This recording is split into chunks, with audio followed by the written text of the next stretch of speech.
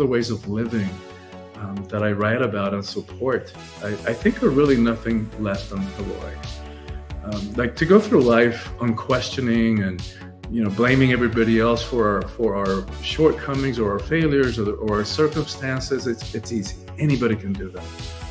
To have the courage to go within and to ask the hard questions of what was my part in it, what was my role.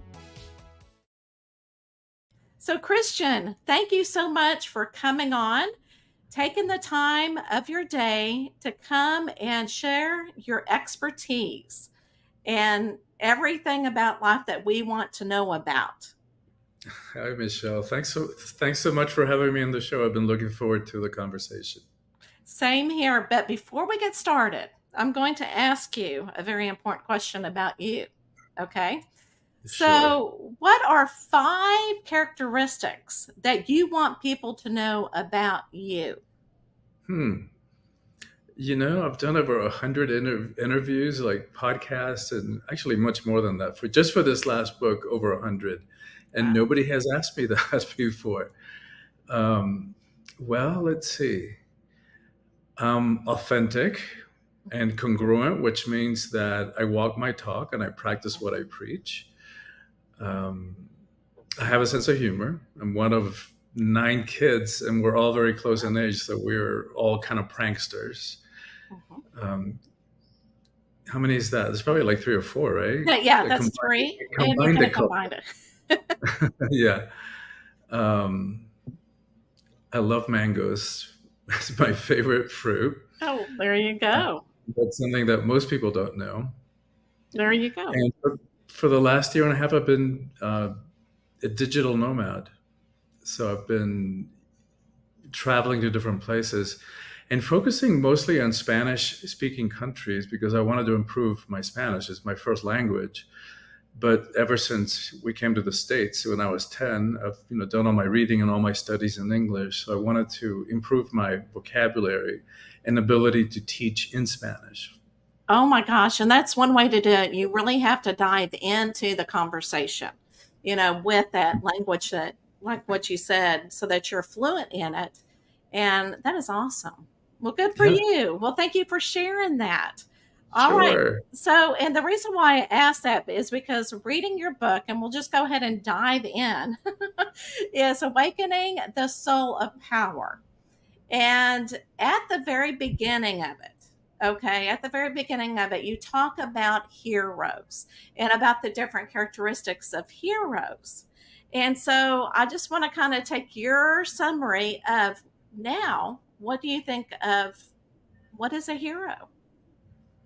Yeah, and that's such a good question too, because we have so much confusion about what that is. Most of us have a hard time owning that word, so it's easy to project that out and admire it in other people's, and so we usually associate heroism with, first responders, warriors, people who actually place their lives at risk for the sake of someone else, and yet I think the pandemic kind of forced us all to expand that definition a little bit so that now we include healthcare professionals, um, food delivery people in general, people who actually made a lot of sacrifices in their life in order to keep society going and keep us fed and provided for. And so then I started thinking, well, what about the rest of us? And some of the ways that I write about, some of the ways of living that I write about and support, I think are really nothing less than heroic.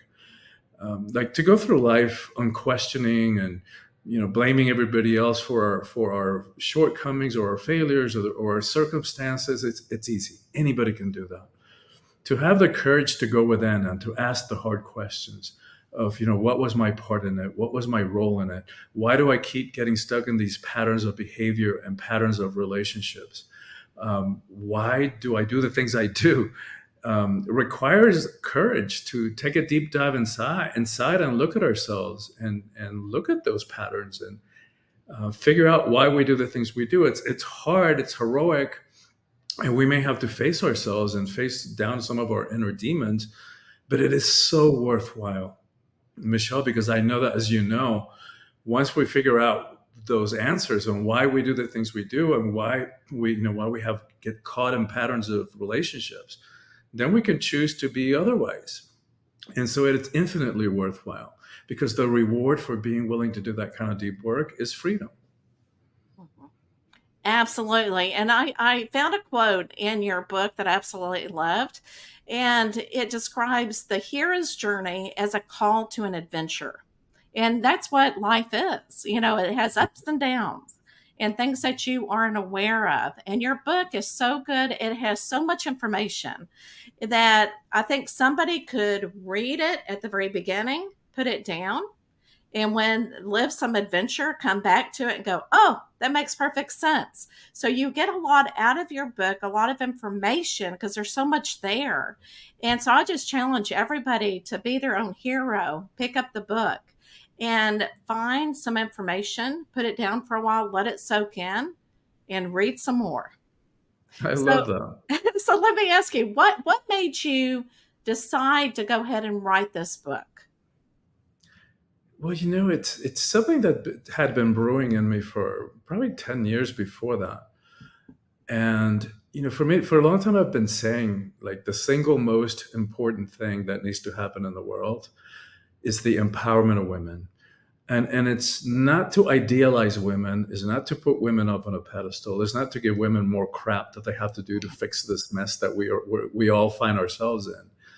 It's because as a world, as a species, we've been functioning very off balance where it comes to the masculine and the feminine energies that course through all of us, that course because they course through all of creation. And in this little planet of ours, we have, in the last several thousand years, we have turned the feminine into something equal to weakness. We've labeled the feminine weakness. And I beg to differ with that. If you want to talk courage and strength and resilience and courage, let's talk about the power of creation that resides in a female body. Mhm. And and again, it's not to idealize women, it's not to put men down, but I really do believe that when women are in 50% of power in this world, we're going to have a very different relationship to war and poverty and hunger and how we treat the environment, to all of it. So a couple of years ago, I was dealing with a book editor, like, I mean, a literary agent in New York City that I was working with at the time, and she goes, sent her a proposal for a different book on a different theme, and she goes, "Yeah, I want to work with you, but I want to see some of these marketing ideas, this marketing plan, put into place before we pitch it to a publisher, which would have taken me a year to put up that to implement all of that." So it was like putting on the brakes, screeching halt. I was already kind of spending the advance in my mind. And then it kind of set me into a bit of a spin, kind of a bit of a crisis. It's like, right, what am I going to do if I'm not going to write this book now? And then about 3 days later, it kind of hit me. And it was one of those kind of, Oh, palm of the hand to the forehead kind of moments. If I really do believe that the empowerment of women is is the single most important thing that needs to happen in the world, how do we do that in a different way? How do we do it in a non-patriarchal, non-hierarchical way of stepping into our own power? That it's not about force, domination, fear. It's not about overwhelming and imposing ourselves on others or pushing them down, stepping on them, putting our knee to their neck in order for us to feel powerful. How do we do it in a different way? And so that's how, when I started hmm, bringing some of those thoughts into writing. I've been working on retreats on those themes for a while, but there was a pandemic. right. Honestly, Michelle, that forced me to sit my butt down and get these thoughts out of my head. And I absolutely love that because it's almost like, you've got to get it out. It's something that you have to do. It's in your heart and in your soul. And the one thing that you talked about is that power with, not power over. And Yes, you visualize, and I could visualize this. This is just perfect example. The knights in Camelot at the iconic round table was a symbol that they're all even power, that there's not yes, one that is powerful. yes, Yes. yes. No one sitting at the head of the Yeah. table or the other side of the desk. Everybody Yeah. equal access, and which I think is the way we are ultimately. Right. And Yeah. which makes perfect sense because everybody in their own right can make decisions. And if we make decisions together, like you said, you don't know where it's going to end up. So it's going to be, and I can already tell. Let me ask you a question about COVID because it's very interesting that you brought that up. So, do you think that kind of it was here to reset ourselves? Was it a spiritual awakening that was going on? What do Hmm. you think was the effects of COVID? Well, I think it's a really insightful question on your Yeah, part, and yeah, it kind of shook everything up, right? It yeah, shook us up globally. I don't know that it was enough to wake us up. right, Unfortunately, I wish it had. We're still moving very slowly towards the implementing the changes that we need to implement if right. we're going to survive on this tiny pebble of ours hurtling through space at thousands of miles per hour. And what's sad about that is that we're not even paying attention and taking care of our home, Right. of the spaceship that allows us to travel through space. And yet at the same time, I know that it had an effect. I can't tell you how many people I know who either deepened the relationship or left a relationship, Mhm. or committed to a career path, or decided that, you know what, I don't have time to waste. I'm going to go do what really is in my heart to do. I'm going to answer my call. Yeah. So I think in that sense, it definitely was a wake up call for many. Um, Yeah. for many people that I know, without a doubt. I don't know that it was enough for all of us globally to Right. pop ourselves out of this hole that we have dug ourselves into. Yeah, I think one step at a time, one energy at a time, right? And that kind of Yeah. reminds me, to me, it's also, I know so many people, like you said, have left their jobs or relationships because they want to be happy. They want to find themselves and they want to be Yes. authentic. And I think a lot of people are moving towards spirituality as well. So, Yes. how do you define spirituality? What does spirituality mean to you?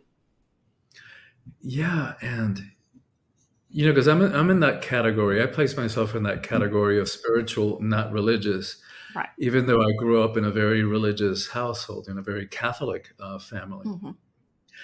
And so let's compare those two words. Religion comes, they both come from the Latin root. Religion comes from religare, which means to bind or to rebind.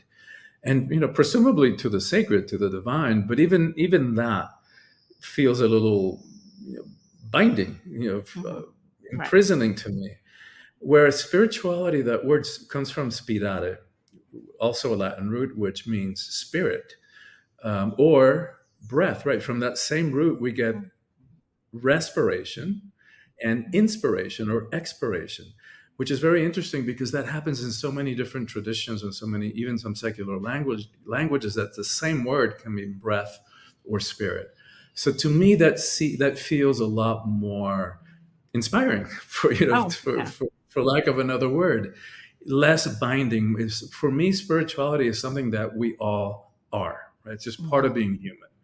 Um, the theologian Teilhard de Chardin said that we're actually spirits having a human experience. We tend to think of ourselves as a body, but we're actually spirits that are having an experience Yeah. in this embodied, but that our innate nature is infinite, and eternal. And so to me, spirituality is practices, beliefs that help us realize that help us remember who we really are, and help us Mhm. to reconnect with our essence, and to begin to live and make some choices from there. Absolutely. Love it. I love it. I love it. Now, the one thing that kind of stops spirituality many, many times and gets frustrating is that ego. And I know you talk a lot about ego in your book. And there's one thing that I want to share with you that really resonated with me, and I had never even thought about it again, is Yeah. whenever ego really came out was when, we were bumped from the Garden of Eden. That Adam and Eve story, right? And Yes. because they were able to live with nature, they were able to be one with nature, be one with each other.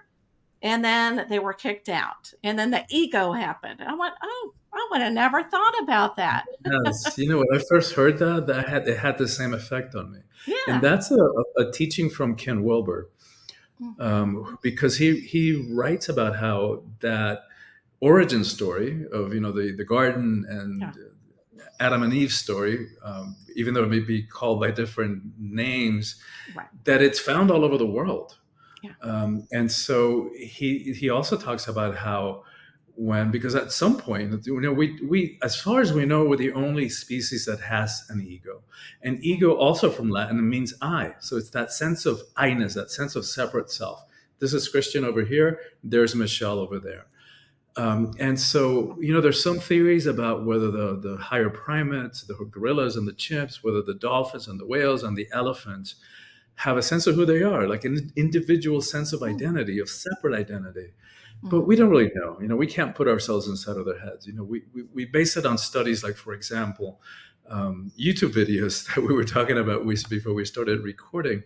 Yeah. Um, we've all seen the cat or the dog in front of a mirror, and they'll interact with that image as if it was Mm-hmm. another dog or cat. Right. If you place a higher primate like a chimp or gorilla in front of a mirror and you put ash on their shoulder, at some point they'll go like this. So they begin to realize that that's them. Oh, okay. But how they interpret that, we don't know. Right. And so, as far as we're the only species who has a sense of self, which is both a huge leap in terms of evolution. To Mm-hmm. have us, it's one of the reasons we're so smart and have taken dominion over the earth.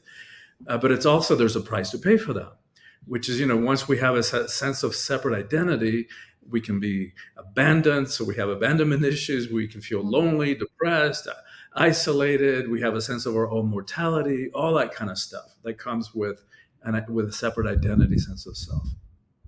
And so Wilbur talks about how when that individual, that at some point we didn't have a sense of self, that at some point Mm-hmm. we were at one with all of creation, like all the other animals, all the other species, and that when the ego evolved in us, that's what was then mythologized all over the world as the expulsion from the garden.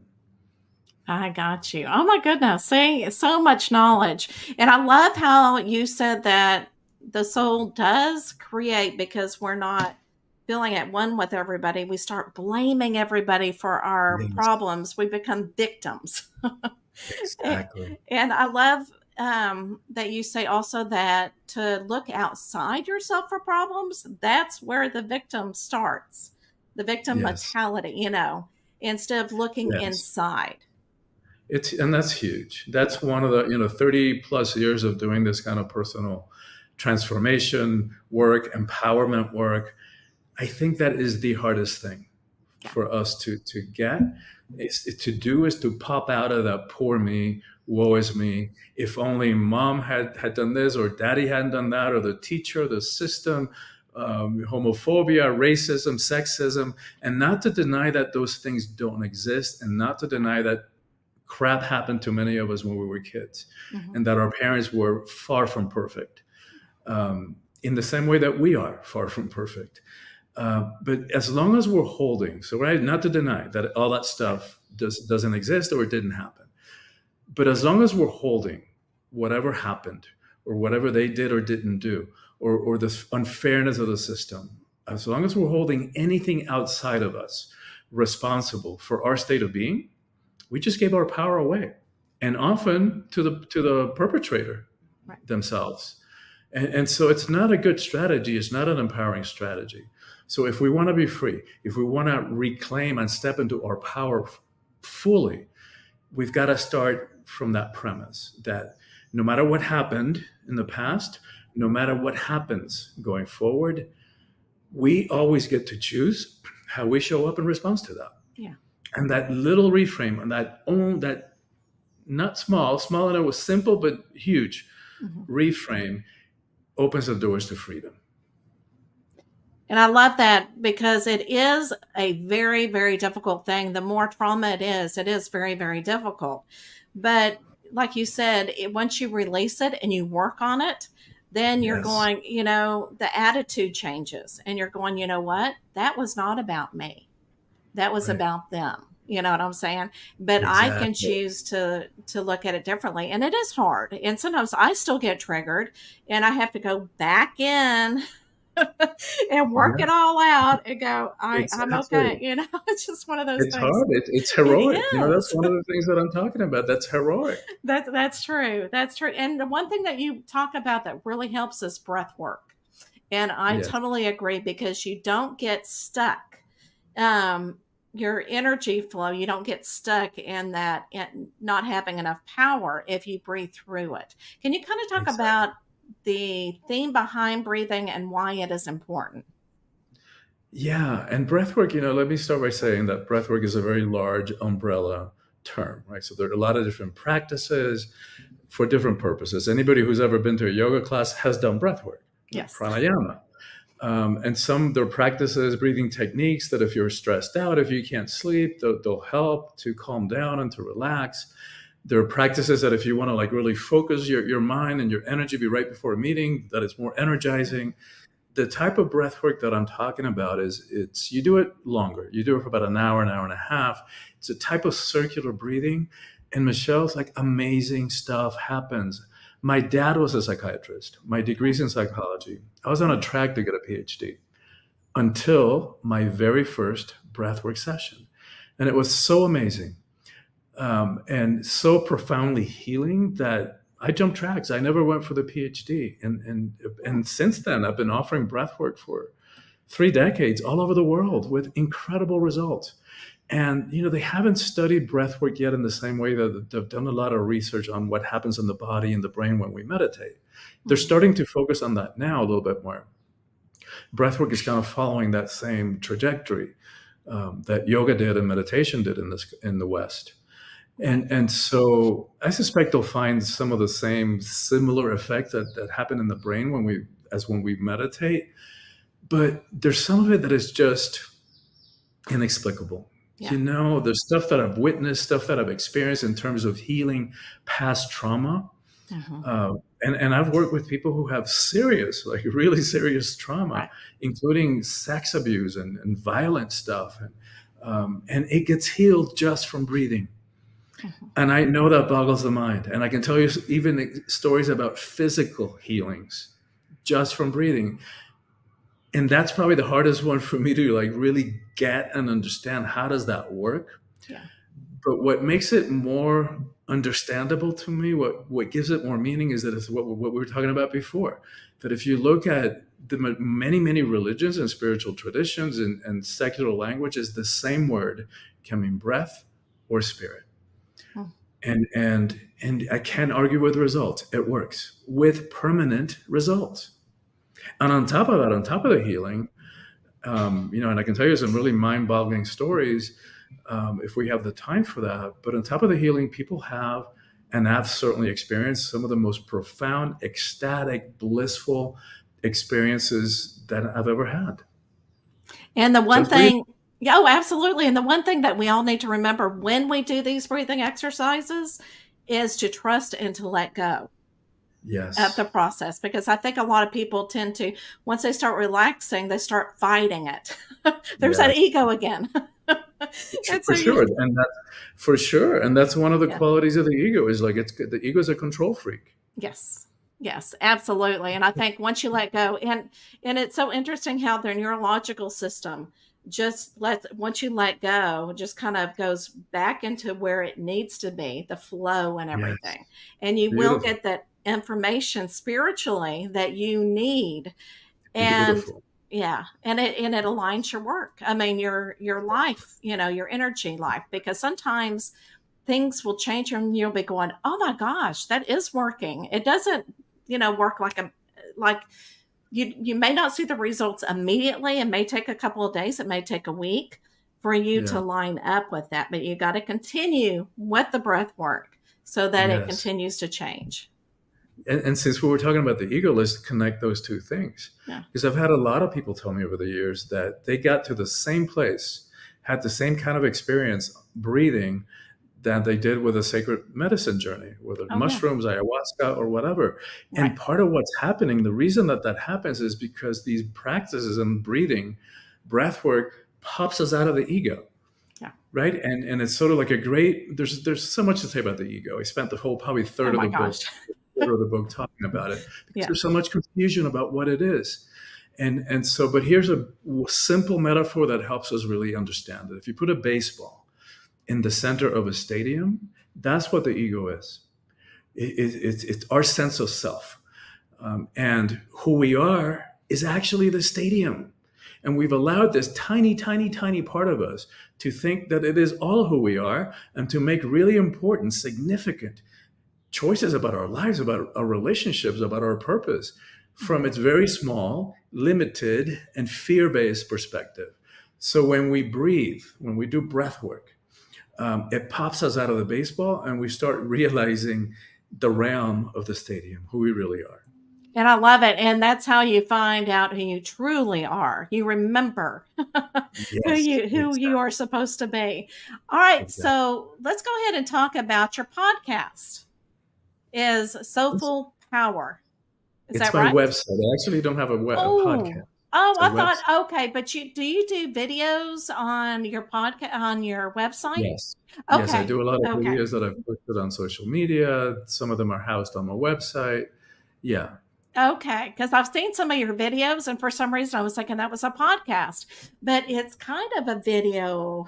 Oh, I know what You you're thinking. I know what you're thinking. I have yeah, videos that I do myself, right. and then I've run several summits called Leaders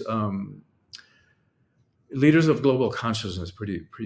Like not quite landing it identically exactly, but I've done Right. like 3 or 4 versions of it.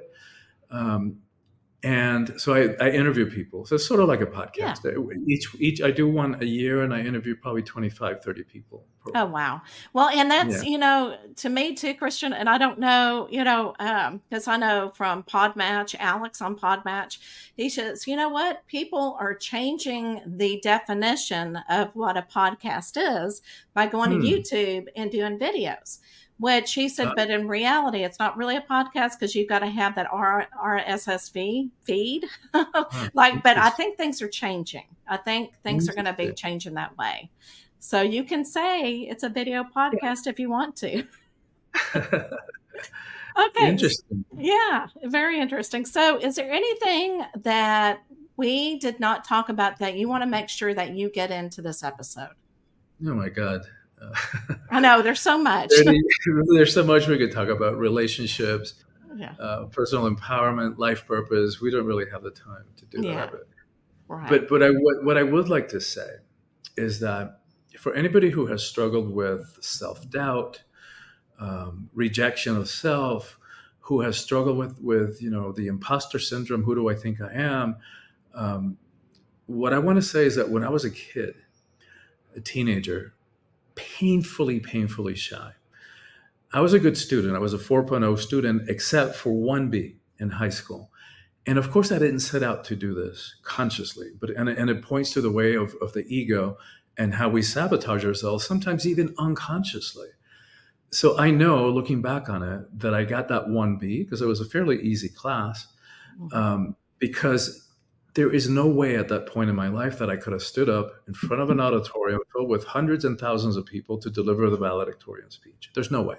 Wow. I was, Mm. that was so beyond me.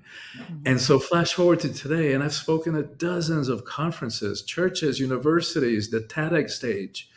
And so what I know without any doubt is, like, no matter what happened to us, no matter what traumas we had to overcome, that all that stuff can get healed and it can be overcome, and that we can find a way to step into our power that is a match for who we are, and to really step into our purpose. And for anybody watching this or listening to this who has the slightest suspicion, the slightest inkling of an idea that they have work to do in terms of healing work or teaching or being an activist for change at this particular time in our collective evolution, like, this is it. This is the time that we've been waiting for, and we need you. All Absolutely. hands Oh, on deck. I love it. Absolutely love it. Are you ready for the last question? Sure. All right, let's see what your question will be. Let's spin it.